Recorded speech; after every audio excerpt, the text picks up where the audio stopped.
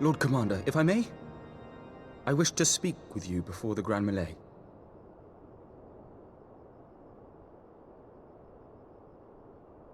Proceed. How do you do it, my lord? How do you lead with such certainty, when so many of our countrymen will not hear of peace with the Dravanians? Some of them hate you almost as much as the dragons themselves. They decry you as a patricide in the streets. They even tried to kill you, for God's sakes. Yet still you march on, undaunted, where no archbishop dared to tread. What is your secret? Where do you find the strength?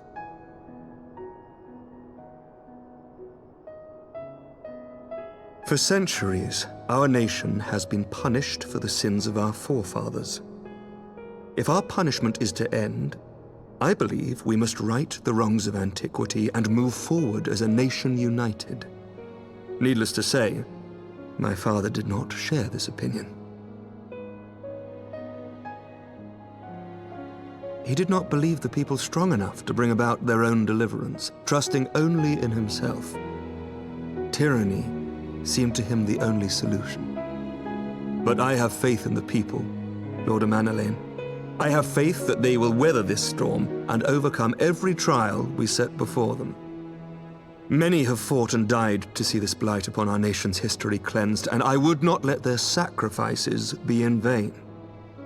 Though we invite reprisals, the risk is worth the reward.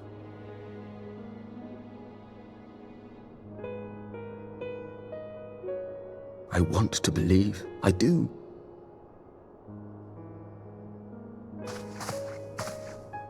Lord Commander, through my careless orders, a pall has been cast over these proceedings, and I beg the opportunity to make amends. I, Amanalain de Forton, do hereby request leave to take part in the Grand Melee.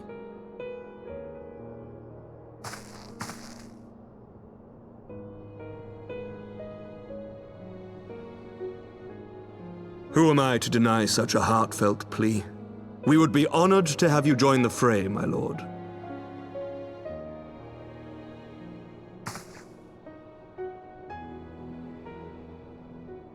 You'll take charge of the Ishgardian forces?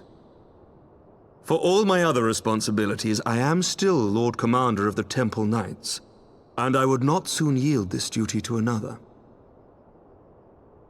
The esteemed Sir Emeric leading the Temple Knights and the Watch into battle along with my youngest. I could wish for no more. Then you wish for too little, my lord. There is another who might yet join the fray. An indispensable ally to whom we owe much and more.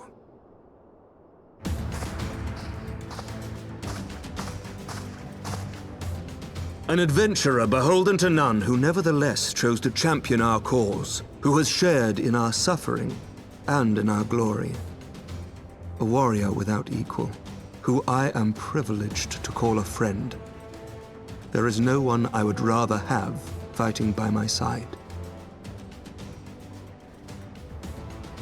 I ask this in full knowledge of your obligations, and will not think less of you should you refuse. But if your conscience will allow it, might you oblige me, my friend, one more time?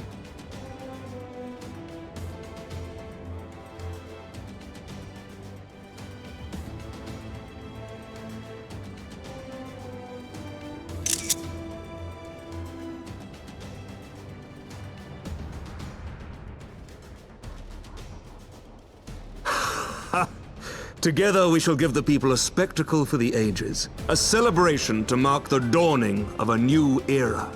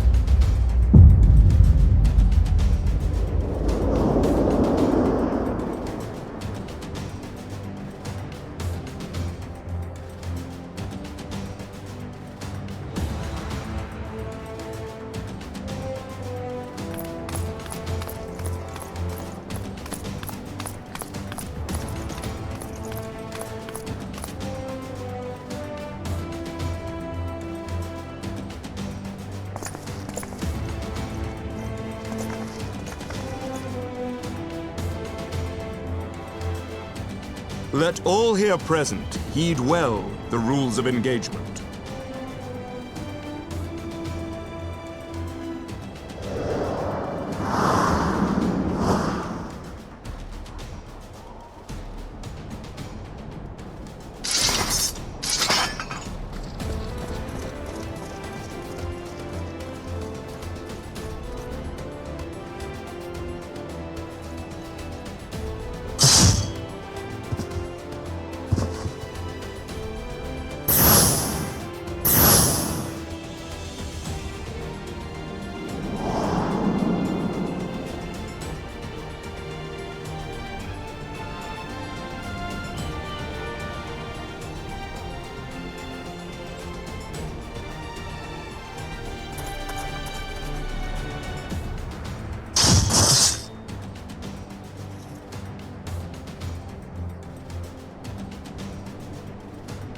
For the honor and the glory of Ishgard!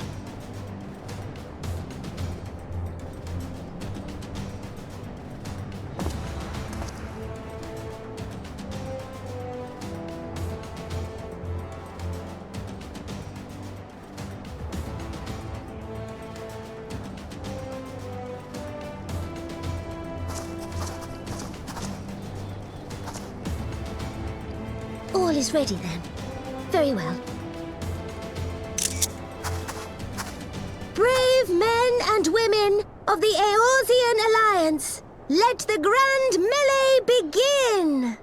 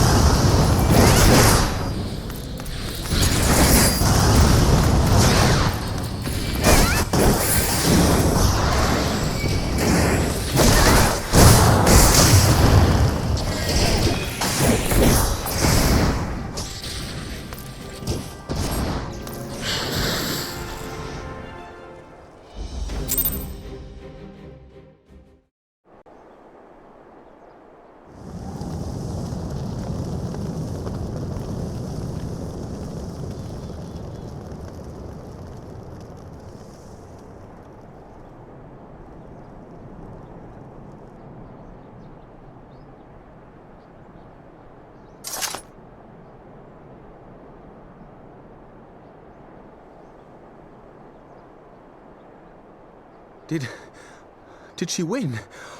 Then we...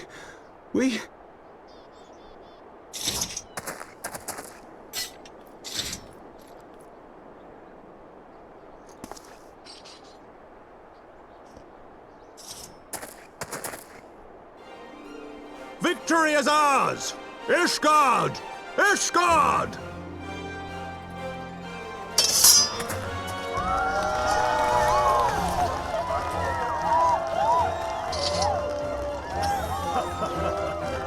Well fought! Well fought, my friend!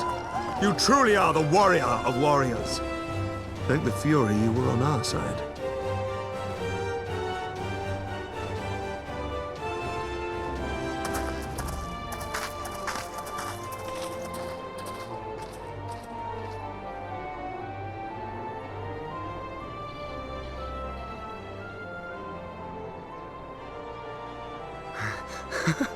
Oh, my lungs are burning, and I can barely stand.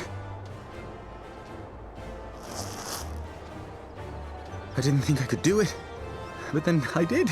We did.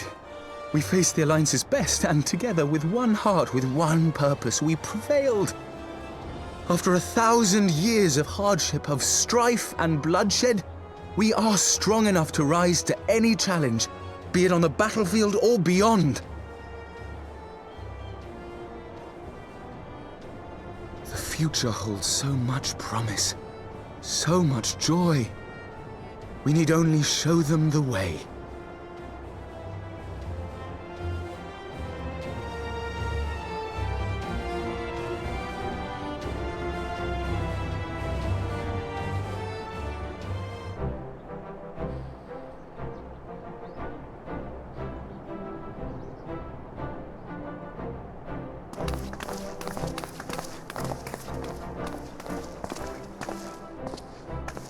A truly magnificent display, Sir Knight. While doubtless less than pleased, I am quite sure the Grand Companies are honored to have been bested by such valiant warriors.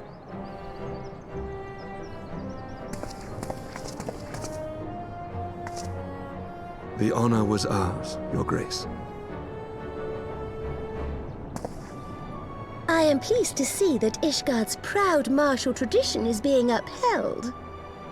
When the time comes, I trust you will fight alongside your brothers and sisters in the Eorzean Alliance with the same fervor you displayed in opposing them.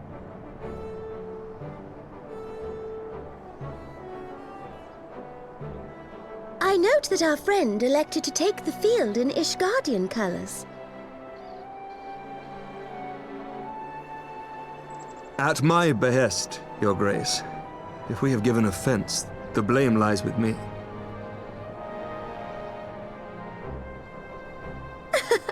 Fear not, Sir Knight. It was a surprise, nothing more. And any hint of ill feeling was thoroughly dispelled by the spectacle of our mutual friend's duel with General Raubarn.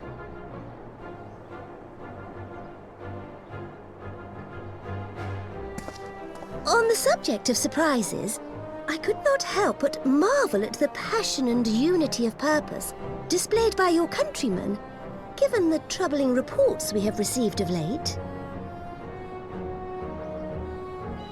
I shall take that as a compliment, Your Grace. The events to which you allude are the price of change.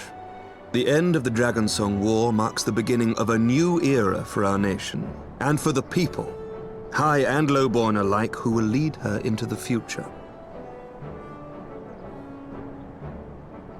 Ah, yes. The people.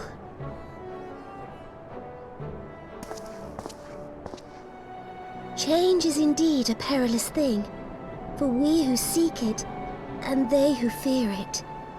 I shall pray for Ishgard, and for you.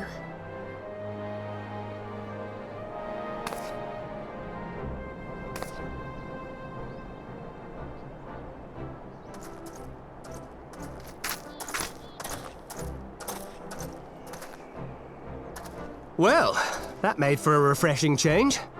Congratulations on your victory, by the way.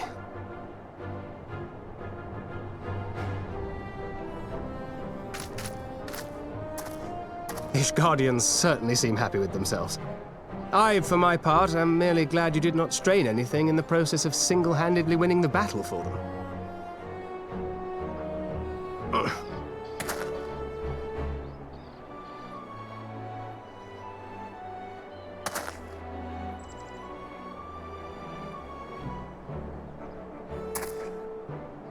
Tis but a scratch, I assure you, and I will not suffer you to worry over me. Not when we have a dozen far more important concerns. Make that 24. Still, as your Stola never tires of telling me, we can but face them head-on one at a time. One day at a time, as Minfilia would have done.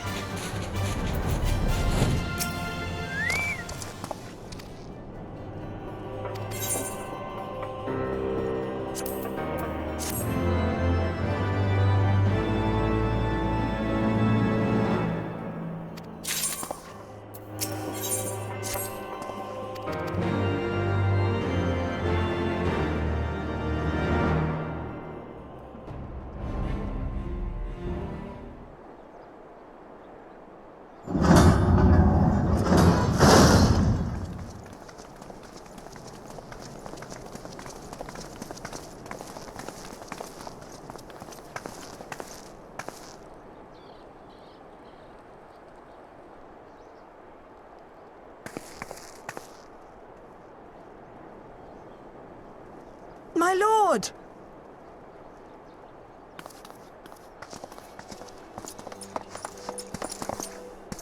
Honorwa, my boy.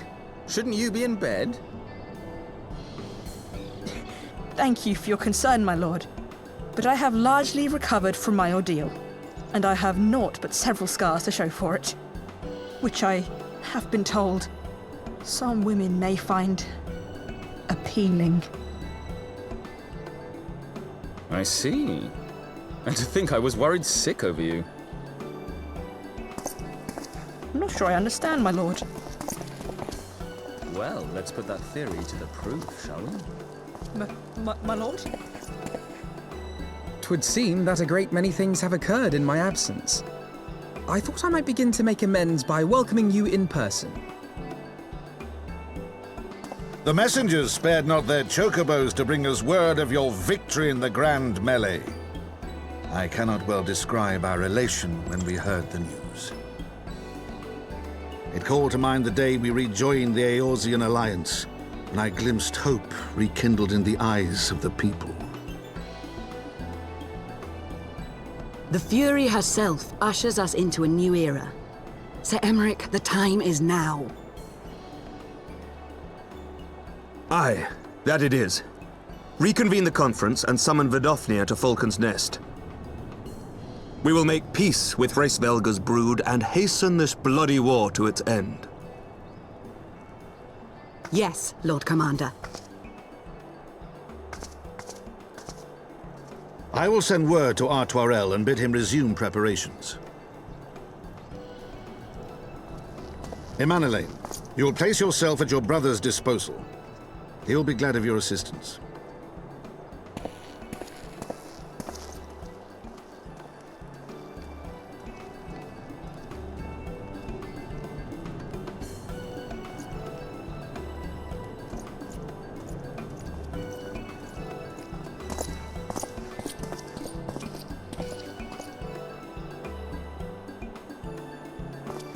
No stopping it now, is there? We should inform your Stola and the others.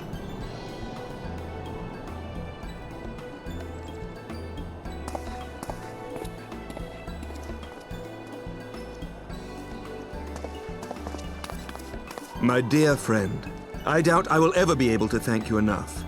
But when the conference is successfully concluded, I damn well mean to try.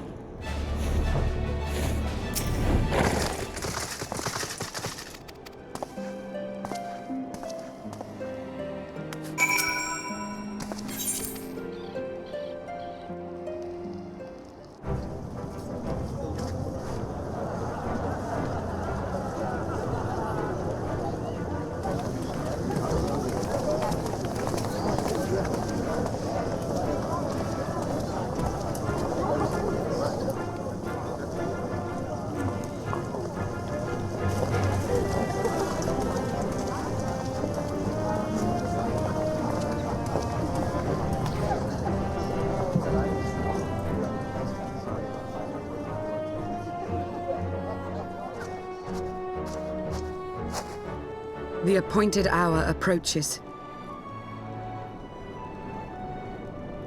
Aye.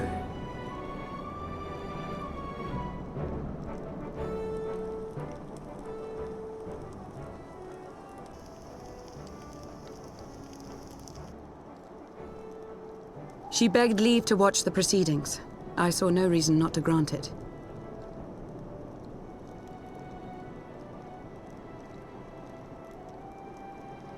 Should I choose to deviate from my prepared remarks, I ask that you trust in my judgment.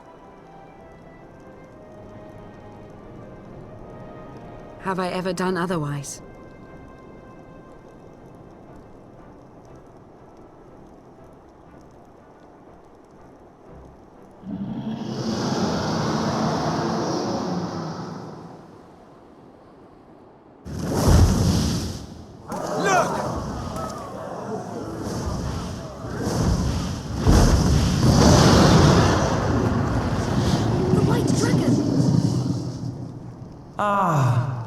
How long it hath been since our peoples met thus, children of Thordan, even by our reckoning. Vidofnir, daughter of Hraesvelga, we give thanks for your visit, and bid you welcome to Falcon's Nest. Our sire bade us hearken unto the whispers of our hearts. They spoke to us of a paradise lost, of bonds of brotherhood which they yearn to see restored. Ours too yearn for such a restoration, and they have guided us here this day, that they might yearn no longer.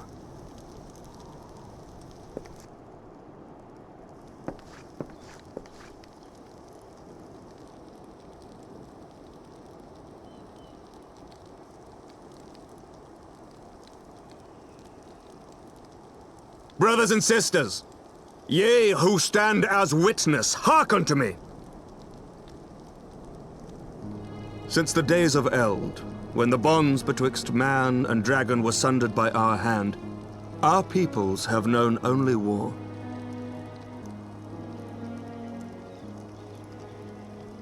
Bloodshed without end, losses beyond counting, and still we fought. And still we fought.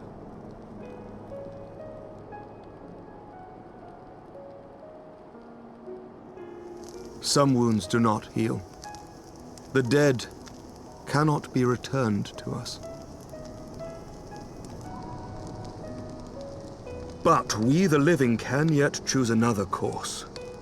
Here and now, we can lay down this burden, this hatred, this vengeance. Our forebears fought not so that we could die, but that we might live. So let us honor their sacrifice and spare our children this death sentence.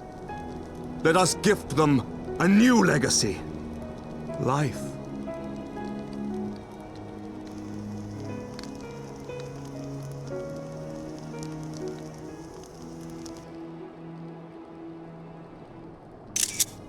Betwixt our peoples yawneth a divide deeper than the deepest abyss, wider than the widest sea.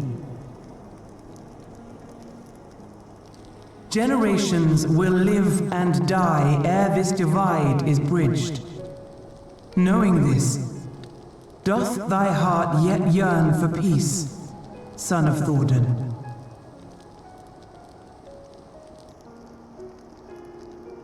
Look now on the legacy we would leave to our children. A dream of peace, inscribed in stone for generations to come.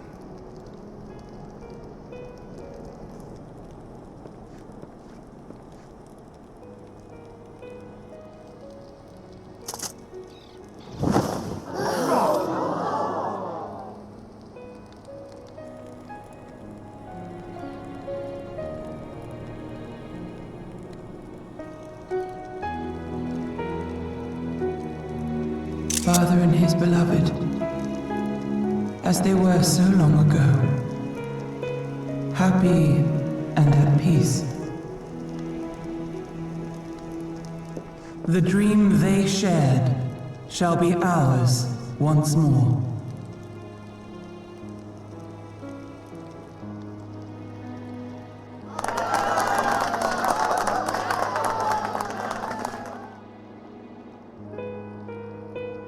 Never!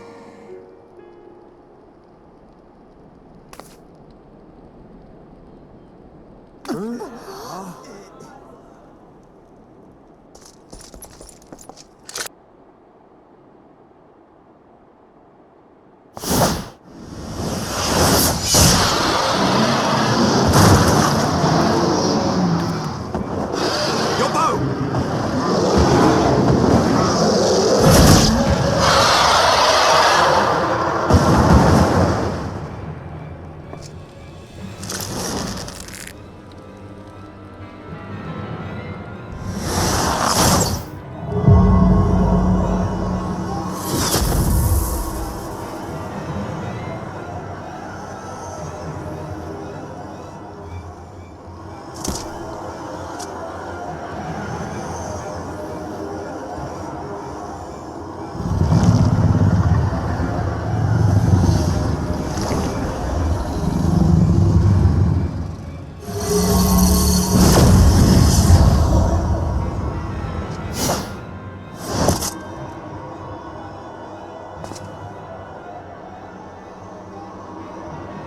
Child of Dravania, art thou grown so forgetful that thou wouldst forsake kith and kin and consort with the spawn of Thordan?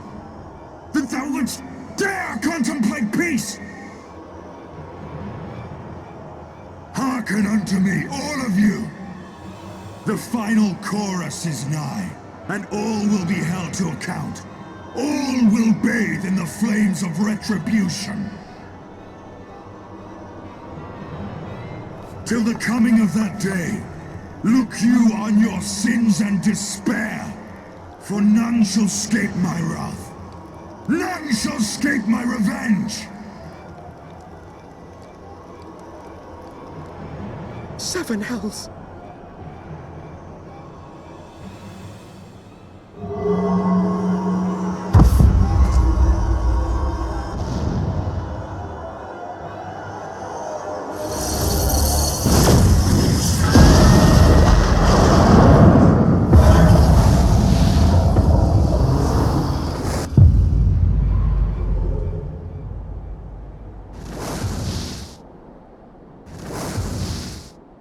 Done.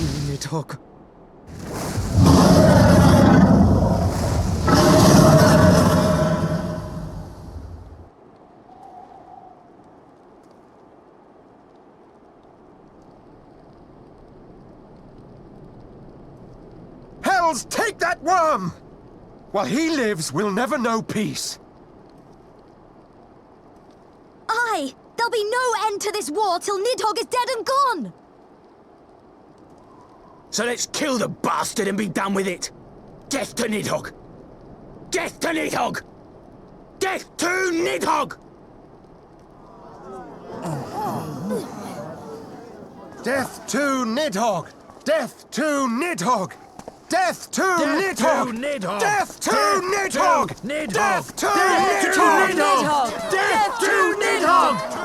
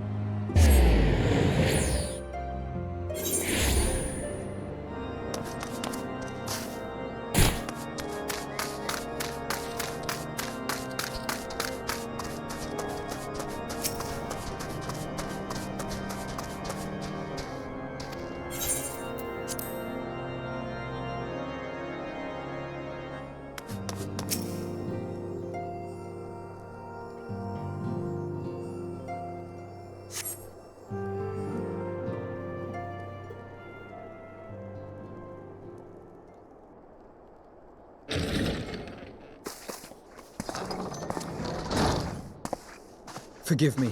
That took longer than expected.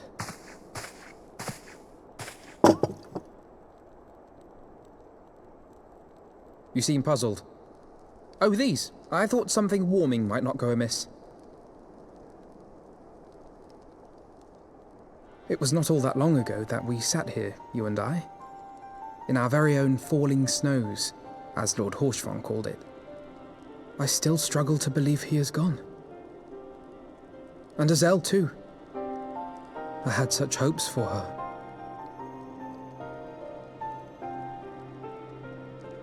Master Matoya asked me what it was all for. Why we fight. And why we die. Were I still commander of the Braves, I would doubtless have replied, for the future of Eorzea. But I'm not that man. Not anymore. I needed a new answer. One that I could live with. And when I saw Estinian at the ceremony, I knew at last what it was. I do not want to be a man who sacrifices his friends and family for a cause. I want to fight for Estinian, and I want to save him. When Nidhogg leads the Horde into battle, Ser Emmerich and his forces will do what they believe must be done. That is their choice to make.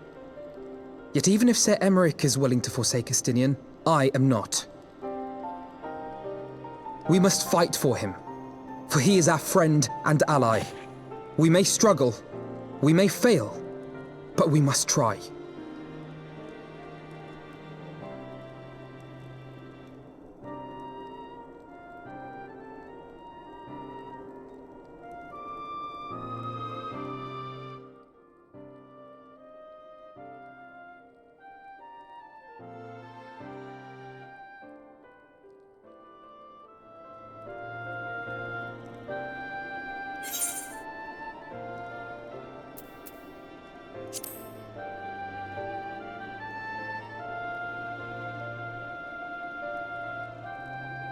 We will.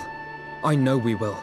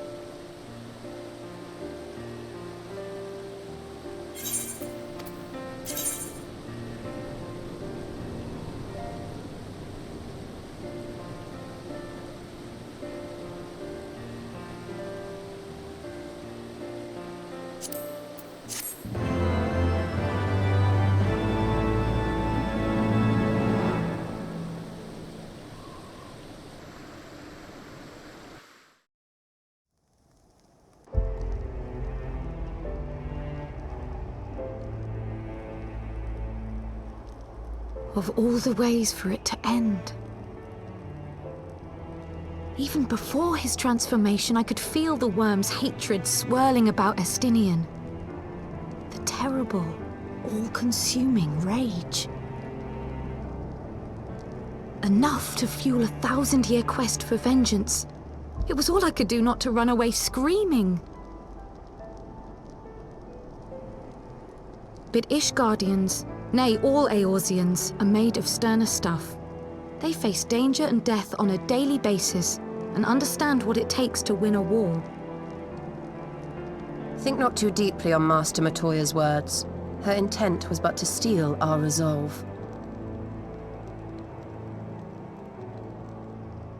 That, and to remind us to look beyond these passing conflicts to trials greater still, to the truth which hides at the heart of this world. So that's your aim, is it? You disapprove? Not at all. I believe it's traditional for the student to follow in the footsteps of the master. And you are so very alike.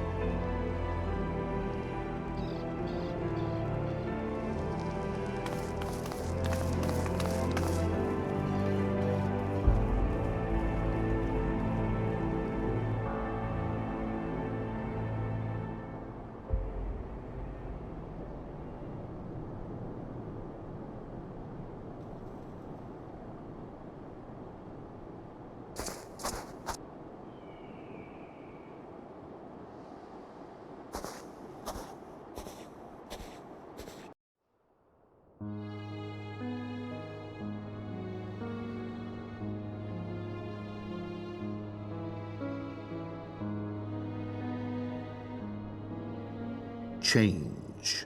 That great inexorable wave was upon us, and soon all of Ishgard would bend to its will.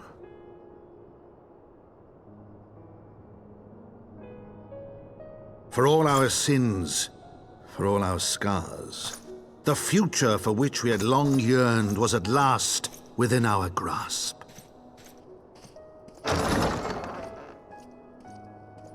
But it would be bought at a heavy price. For in those twilight hours did Nidhogg cry out for vengeance, and his brethren raise their voices for the final chorus of the Dragon Song War.